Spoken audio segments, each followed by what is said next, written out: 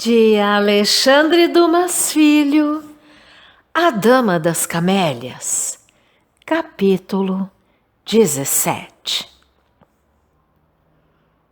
No dia seguinte, Marguerite dispensou-me bem cedo, dizendo que o duque devia chegar logo pela manhã e prometendo escrever-me, assim que ele fosse embora, para marcar o encontro de todas as noites. De fato, durante o dia, recebi esta mensagem. Vou a Bougival com o duque. Esteja na casa de Prudence esta noite às 8 horas. À hora indicada, Marguerite estava de volta e foi encontrar-me na casa de Mademoiselle Duvernoy. Pronto, está tudo arranjado, disse ela ao entrar. A casa está alugada? Perguntou Prudence. Sim, ele concordou imediatamente. Eu não conhecia o duque, mas tinha vergonha de enganá-lo, como fazia. E isso não é tudo, continuou Marguerite. O que mais?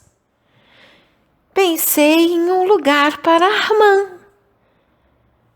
Na mesma casa? Perguntou Prudence rindo. Não, no Point du Jour, onde eu e o duque almoçamos. Enquanto ele olhava a paisagem, perguntei a Mademoiselle Arnaud por que é Madame Arnaud que ela se chama, não é? Perguntei-lhe se possuía um apartamento apropriado. Justamente ela tem um, com sala, antecâmara e quarto de dormir. Acho que é tudo de que precisamos. 60 francos por mês, todo mobiliado de modo a distrair um hipocondríaco. Reservei o apartamento. Fiz bem? Saltei ao pescoço de Marguerite.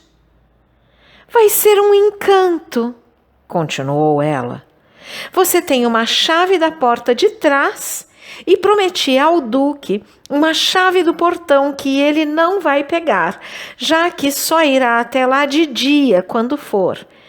Cá entre nós, creio que ele está encantado com esse capricho que me afasta por um tempo de Paris e que fará sua família se calar um pouco.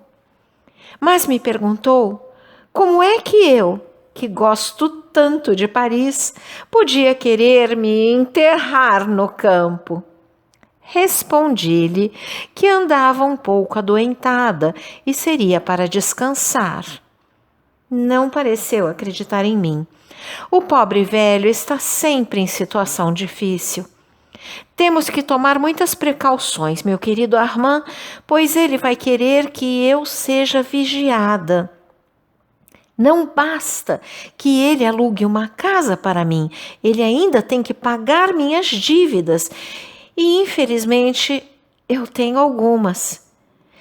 Isso tudo lhe convém? Sim, respondi, tentando fazer calar todos os escrúpulos que esse modo de viver despertava algumas vezes em mim. Percorremos a casa detalhadamente. Ali ficaremos muito bem. O duque se preocupava com tudo. Ah, meu querido, acrescentou a louca me abraçando. Você tem sorte. É um milionário que prepara sua cama. E quando se muda? Perguntou Prudence. O mais rápido possível. Vai levar sua carruagem e seus cavalos? Vou levar a casa inteira e você cuidará do meu apartamento durante minha ausência. 8 dias depois, Marguerite havia tomado posse da casa de campo e eu estava instalado no Pont du Jour. Então, teve início uma vida bem difícil de lhe descrever. Logo no começo de sua estada em Bougival, Marguerite não conseguiu romper inteiramente com seus hábitos. E como a casa estava sempre em festa, todas as suas amigas iam visitá-la. Durante um mês, não houve um só dia em que Marguerite não tivesse 8 ou 10 pessoas à mesa. Prudence levava, por sua vez, todas as pessoas que conhecia e lhes fazia todas as honras da casa, como se a casa lhe pertencesse. O dinheiro do duque pagava tudo aquilo, como deve imaginar. No entanto, algumas vezes acontecia de Prudence pedir-me uma nota de 1.000 francos, pretensamente em nome de Marguerite. Como sabe, eu ganhara alguma coisa no jogo. Então me apressava em enviar o que Marguerite me pedia por meio de Prudence, e, com receio de que ela precisasse de mais do que aquilo que eu tinha, fui a Paris emprestar a mesma quantia que já havia emprestado antes e que havia devolvido integralmente. Assim, vi-me novamente rico de uns 10.000 francos, sem contar minha pensão. Mas o prazer que Marguerite tinha em receber suas amigas acalmou-se um pouco diante das despesas a que esse prazer a induzia e, sobretudo, diante da sua necessidade de, algumas vezes, pedir-me dinheiro. O duque, que alugara aquela casa para que Marguerite nela repousasse, não a visitava mais, temendo sempre encontrar ali uma alegre e numerosa comitiva pela qual não queria ser visto. Isso se devia principalmente ao fato de que certo dia em que fora jantar sozinho com Marguerite, acabara chegando no meio de um almoço de 15 pessoas, que ainda não havia terminado à hora em que ele contava sentar-se para o jantar. Quando, sem desconfiar de nada, abriu a porta da sala de jantar, um riso geral acolheu sua entrada e ele sentiu-se forçado a se retirar bruscamente diante da algazarra das moças que ali se encontravam. Marguerite levantou-se da mesa, foi encontrar o duque no quarto vizinho e tentou, tanto quanto possível, fazê-lo esquecer o ocorrido. Mas o velho, ferido em seu amor próprio, guardara rancor. Disse com alguma crueldade à pobre moça que estava farto de custear as loucuras de uma mulher que sequer sabia fazer com que o respeitassem em sua casa, e partiu furioso. Desde esse dia, não se ouviu mais falar dele. Por mais que Marguerite dispensasse seus convivas, mudasse seus hábitos, o duque não dava mais notícias. Com isso, minha amante passou a me pertencer mais completamente, e meu sonho, enfim, se realizava. Marguerite não podia mais viver sem mim. Sem se preocupar com as consequências, expunha publicamente a nossa ligação, e eu chegara ao ponto de não sair mais de sua casa. Os criados tratavam-me por senhor e viam-me oficialmente como seu patrão. Prudence bem que havia feito, a respeito dessa nova vida, um sermão a Marguerite.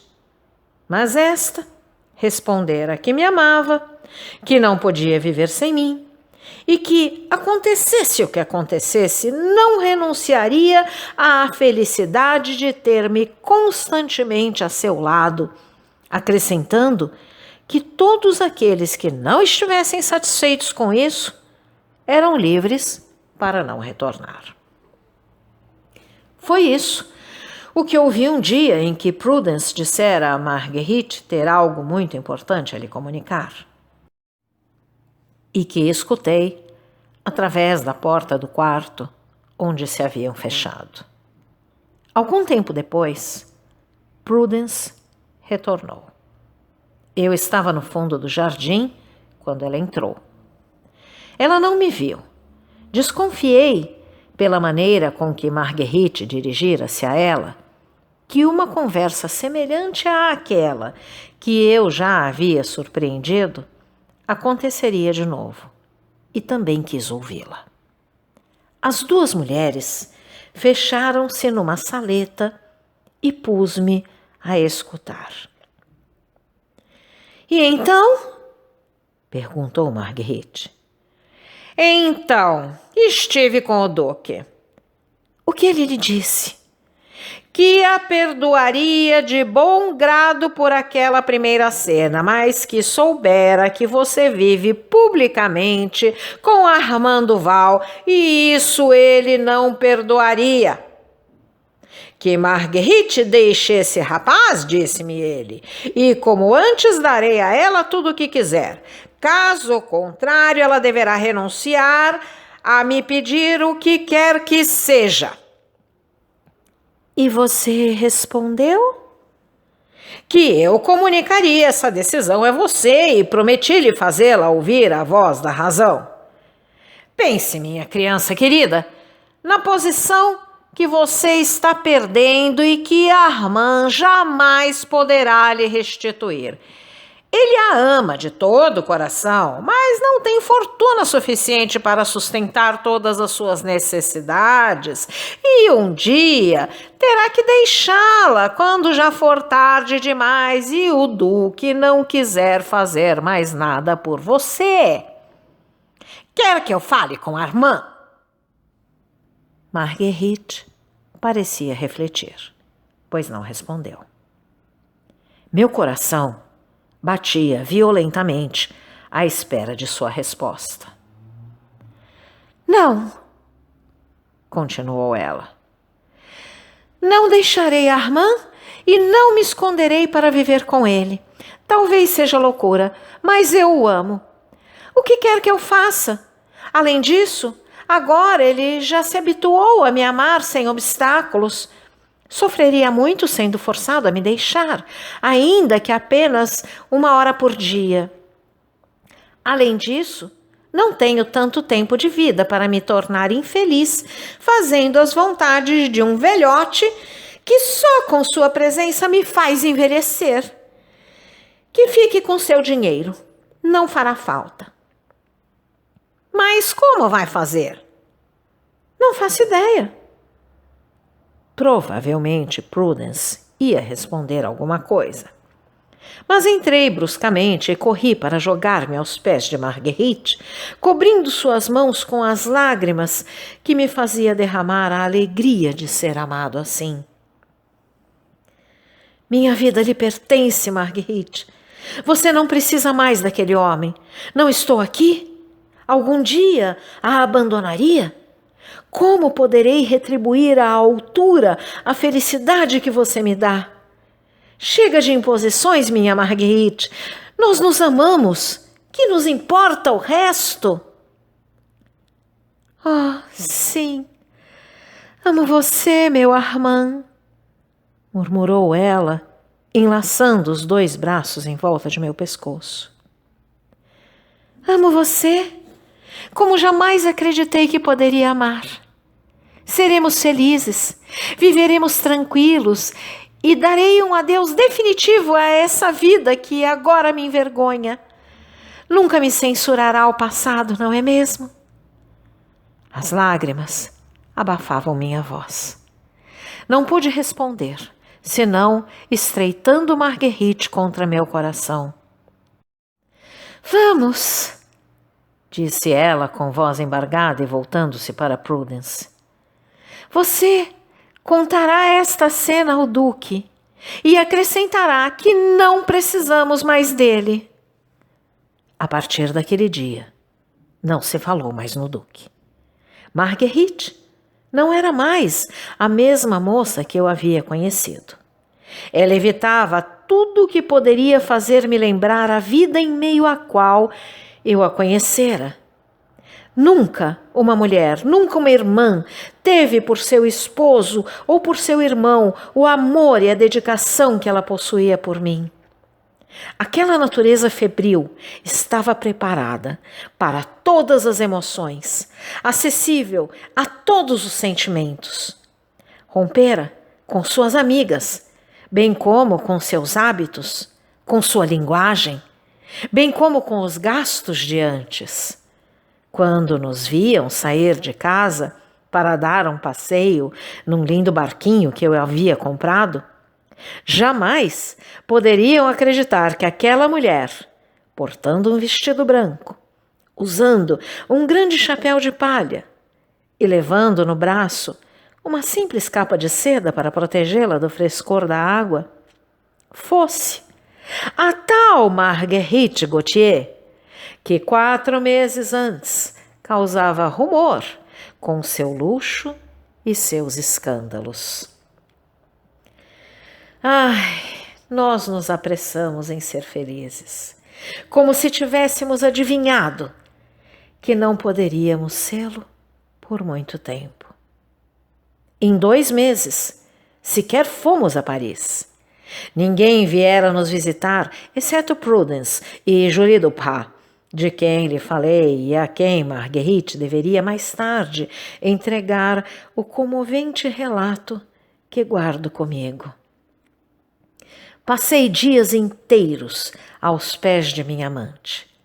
Abríamos as janelas que davam para o jardim e, sob as sombras das árvores, olhando o verão instalar-se alegremente nas flores que ele fazia desabrochar, respirávamos, um ao lado do outro, essa vida verdadeira que nem Marguerite, nem eu havíamos compreendido até então. Aquela mulher se maravilhava com as mínimas coisas, como uma criança. Havia dias em que corria pelo jardim feito uma menina de 10 anos, atrás de uma borboleta ou de uma libélula. Aquela cortesã que despendera em buquês mais dinheiro do que seria necessário para que uma família inteira vivesse com satisfação, sentava-se, às vezes, na grama, durante 1 hora, para examinar a simples flor da qual trazia o nome. Foi durante aquele tempo que leu repetidamente Manon Lescaut. Eu a surpreendi muitas vezes anotando esse livro, e ela sempre me dizia que quando uma mulher ama, não pode fazer o que fazia Manon. 2 ou 3 vezes o Duque lhe escreveu. Ela reconheceu a caligrafia e entregou-me as cartas sem as ler. Algumas vezes, os termos dessas cartas me faziam vir lágrimas aos olhos. Ele acreditara, ao fechar sua carteira a Marguerite, que a teria de volta, mas quando percebeu a inutilidade de tal meio, não resistiu. Escreveu pedindo outra vez, como já tinha feito antes, permissão para retornar, quaisquer que fossem as condições impostas para esse retorno.